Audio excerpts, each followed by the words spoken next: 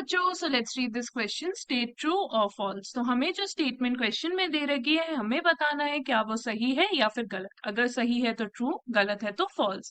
So the statement given is the members of constituent assembly wanted arbitrary laws to be incorporated in the country. तो पहले हम कौन एक इसको इस स्टेटमेंट को तोड़ तोड़ के समझते हैं, तो आपको समझ आ जाएगा क्या ये स्टेटमेंट सही है या फिर गलत. क्योंकि अगर आपको सारे वर्ड्स का मीनिंग पता होगा तो आप ऑब्वियसली इसका आंसर पहचान लोगे.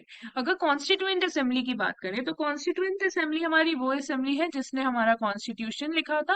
और कॉन्स्टिट्यूशन वो चीज है, it's basically a holy book of law. जो भी लॉज हमारे फॉलो होते हैं, it is written in the constitution. So that is our constituent assembly. Arbitrary laws की अगर हम बात करें तो आर्बिट्ररी लॉज एक ऐसे लॉज हो गए जो बहुत अजीब से थे. बेसिकली उनका कोई महत्व, हम कह सकते हैं उस टाइम पे तो महत्व था जब ब्रिटिश का राज था, पर इस टाइम पे अगर हम देखें तो वो बहुत ज्यादा we can say nonsense laws थे. If we may, they were very vague in nature. They were very vague in nature basically.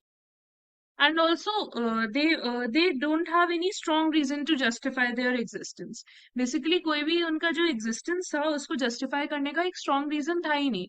but because अगर हम बात करें, suppose किसी इंसान ने, जब ब्रिटिश राज चल रहा था, अगर किसी इंसान ने चोरी की हो, तो जो इंसान गरीब होता था या फिर इंडियन होता था उसे तो ज्यादा दिन की सजा सुनाई जाती थी, या फिर हम कह सकते हैं सपोज उसे 10 साल की सजा जो सुनाई गई. लेकिन जैसे जो हाई क्लास सोसाइटी को बिलोंग करता था, या फिर कोई जैसे ब्रिटिश होता था, तो उसे कम सजा सुनाई जाती थी. तो हम देख सकते हैं कि कितना ज्यादा डिस्क्रिमिनेशन था और कितना ज्यादा अनजस्टिफाइड थी ये चीज. So so they have no strong reason to justify their existence. ऐसे लॉज को हम कहते हैं आर्बिट्ररी लॉज. सो अगर हम बात करें अब इस स्टेटमेंट की, मेंबर्स ऑफ कॉन्स्टिट्यूएंट असेंबली, जो कॉन्स्टिट्यूएंट असेंबली के थे बेसिकली जिन्होंने कॉन्स्टिट्यूशन लिखा, दे वांटेड आर्बिट्ररी लॉज. ऐसे लॉज जो कि बहुत ज्यादा गलत थे. क्या वो चाहते थे कि वो इनकॉर्पोरेट हो इन कंट्री, इस कंट्री में? क्या उन्होंने वो कॉन्स्टिट्यूशन में ऐसे लॉज लिखे? तो इसका आंसर हो जाएगा ऑब्वियसली फॉल्स. नहीं, वो नहीं चाहते थे कि ऐसे लॉज फॉलो हो जो किसी को भी डिस्क्रिमिनेट करें. So answer will be false, because the members of the constituent assembly wanted people to have rule of law. अब rule of law क्या होता है? Rule of law is basically all persons are equal before law. सब लोग एक समान है law के सामने. So they wanted citizens to follow rule of law, that is all persons are equal before law.